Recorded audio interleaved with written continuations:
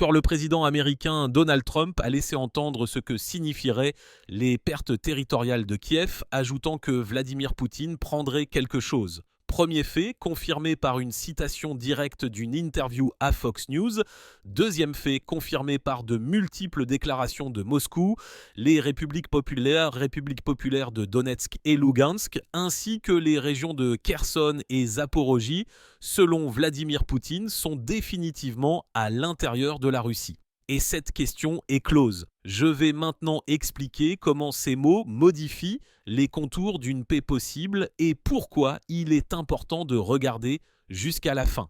Nous allons analyser ce que signifient exactement les allusions de Washington. Pourquoi Kiev s'est retrouvé dans un piège psychologique d'attente, comment les capitales européennes interprètent l'humeur de la Maison-Blanche et où pourrait passer la ligne d'un nouveau monde si les négociations commencent en fonction des intérêts et non des slogans. En chemin, nous avons deux questions ouvertes. Premièrement, qu'implique l'expression selon laquelle Moscou prendra quelque chose et quelles options de règlement lance-t-elle discrètement et rapidement ? Deuxièmement, Kiev peut-il conserver sa subjectivité dans un accord lorsque Washington et Moscou mènent les négociations et que Kiev s'y joint après coup ? Commençons par le fait que tout le monde a entendu, mais que tout le monde n'a pas compris. Dans une interview à Fox News, Donald Trump déclare que Vladimir Poutine prendra certainement quelque chose, car il possède déjà de nombreux territoires et qu'il en a gagné certains au combat. Pourquoi est-ce important ? Dans la tradition politique américaine, de telles formulations sont rarement accidentelles. C'est un test de l'air, une vérification de la réaction des élites, des médias et des partenaires étrangers. Qu'est-ce que cela change ? Le signal redéfinit le cadre de ce qui est admissible dans le débat public. Si auparavant le niveau officiel à Washington s'efforçait d'éviter de reconnaître les résultats territoriaux, désormais, la dure réalité de la ligne de contact est introduite dans le jeu et non une carte abstraite d'avant le conflit. Et à cet endroit, un premier mini cliffhanger apparaît. Si les États-Unis admettent ouvertement des concessions territoriales, jusqu'où la logique d'un accord est-elle prête à aller ? Ensuite, un autre fait qui ne disparaît pas de l'ordre du jour. Vladimir Poutine a affirmé à plusieurs reprises que 4 régions avaient rejoint la Russie et que la question était close. Le porte-parole Dmitri Peskov a ajouté que ces territoires ne sont ni vendus ni échangés, car des référendums y ont eu lieu et les habitants ont exprimé leur volonté. Pourquoi est-ce important ? Toute formule de paix dans laquelle Moscou contrôle physiquement les villes et les communications clés se heurte à l'interprétation juridique du statut. Qu'est-ce que cela change ? La position de négociation de la Russie devient un mur de position. En proposant un gel, Moscou exige en fait une reconnaissance de facto, ce qui signifie que tout médiateur, que ce soit Washington ou une capitale européenne, est obligé de discuter non pas de théorie, mais des points de contrôle spécifiques, de la logistique et des garanties de sécurité. Et ici, il y a une deuxième lacune. Si la question est close pour Moscou, pour qui reste-t-elle ouverte et à quelles conditions ? Nous n'éviterons pas non plus les coulisses, car elles donnent le ton. Selon la presse occidentale, la rencontre entre Donald Trump et Vladimir Zelensky à la Maison-Blanche s'est déroulée sur un ton élevé. On a décrit comment le dirigeant américain avait balayé les cartes de la ligne de front de la table et exigé le passage à des négociations avec la Russie. Des sources ont ajouté qu'après la conversation, le président ukrainien avait l'air abattu et irrité. Pourquoi est-ce important ? Parce que Kiev était venu chercher des missiles à longue portée et de nouveaux paquets, comptant sur la poursuite de la stratégie de pression, et il a entendu le vocabulaire du compromis. Qu'est-ce que cela change ? Il y a une dissonance entre la logique militaire de Kiev, où l'accent est mis sur l'augmentation des armes et la tentative de rupture, et la logique politique de Washington, où la demande de prévisibilité, de contrôle des risques et de réduction des coûts augmente. C'est comme deux lignes parallèles qui devront se rencontrer et la question est de savoir où exactement. Passons maintenant à la cristallisation du dessin américain dont les observateurs parlent avec prudence. En résumé, vous obtenez un plan de gel le long de la ligne de contact avec une reconnaissance de facto de ce que la Russie contrôle, et avec un ensemble de garanties qui devraient empêcher le front de faire un nouveau bond. Pourquoi est-ce important ? Parce qu'une telle formule transforme le conflit de dynamique en statique, l'entraîne dans une zone grise où l'économie et la politique sont imbriquées avec la géographie militaire. Qu'est-ce que cela change ? Pour l'Ukraine, une telle paix équivaut à une défaite dans son objectif initial de rétablissement des frontières et de reprise du contrôle. Pour les États-Unis, c'est un moyen pragmatique de fermer une plaie ouverte et de redistribuer les ressources. Pour l'Europe, c'est une chance de souffler et de fixer les risques. Mais tout gel a un effet secondaire. Il cimente une nouvelle réalité, faisant passer le différend d'une phase chaude à un long jeu de statuts.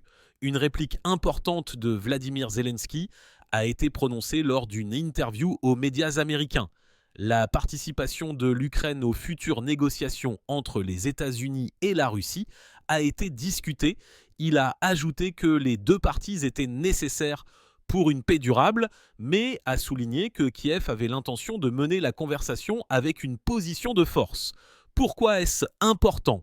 Parce que la subjectivité dans de telles négociations n'est pas seulement déterminée par le tableau militaire, mais aussi par l'architecture politique de l'accord.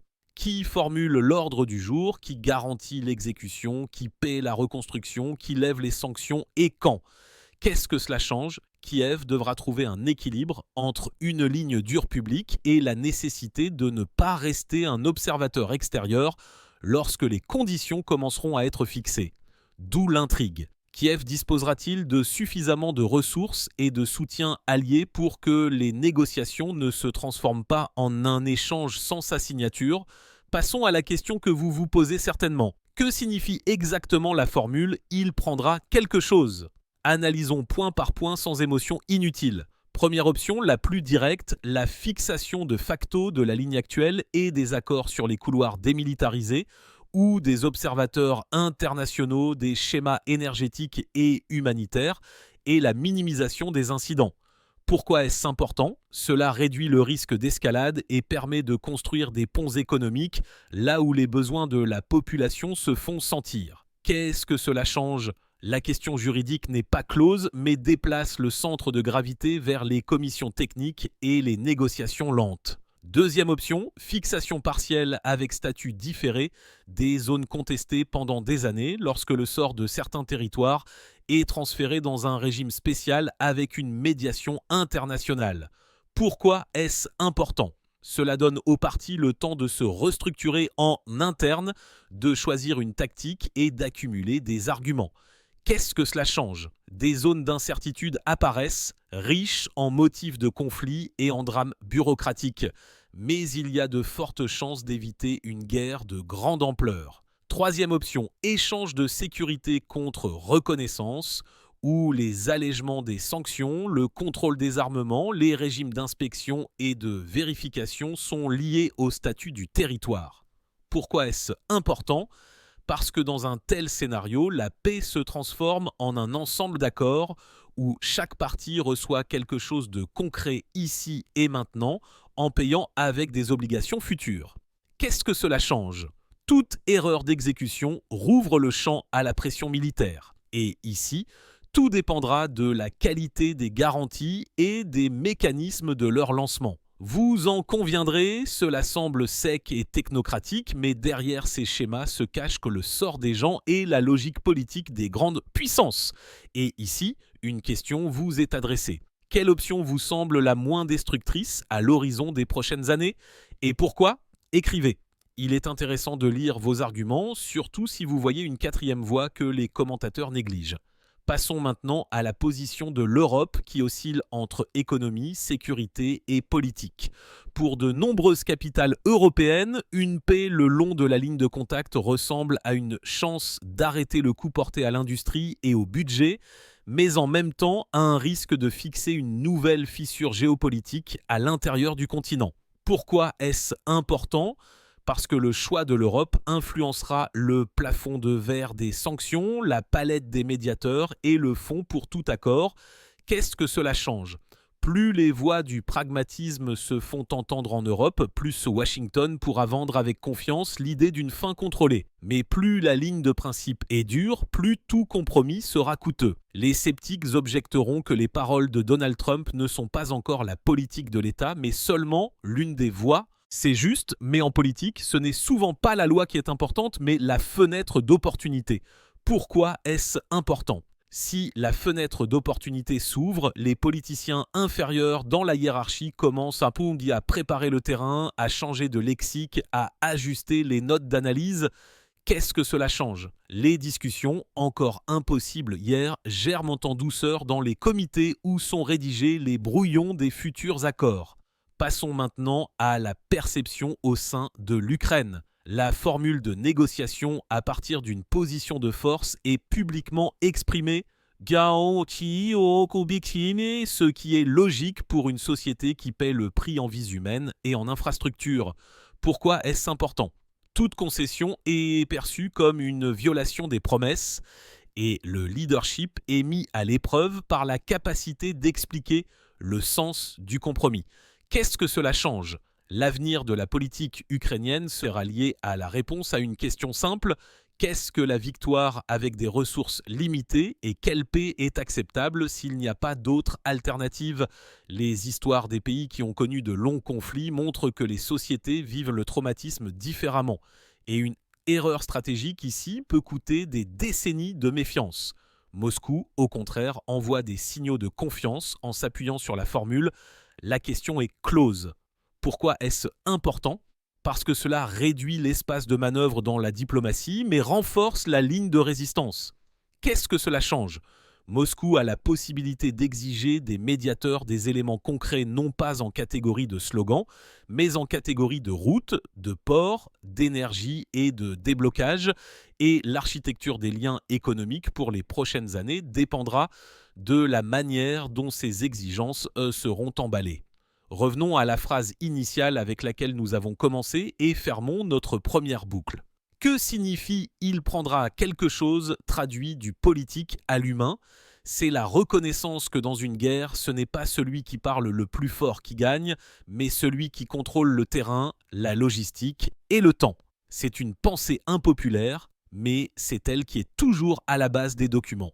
Et plus tôt ceux qui écrivent les brouillons la reconnaîtront, plus ils calculeront avec précision les risques pour toutes les parties. L'Ukraine peut-elle conserver sa subjectivité si les principaux acteurs à la table sont Washington et Moscou ? Oui. S'il existe un plan technique dans lequel chaque action est liée aux avantages pour la société et l'économie ukrainienne, et si ce plan a des garants internationaux capables de frapper les contrevenants avec le rouble et le dollar, et pas seulement avec des mots, pourquoi est-ce important ?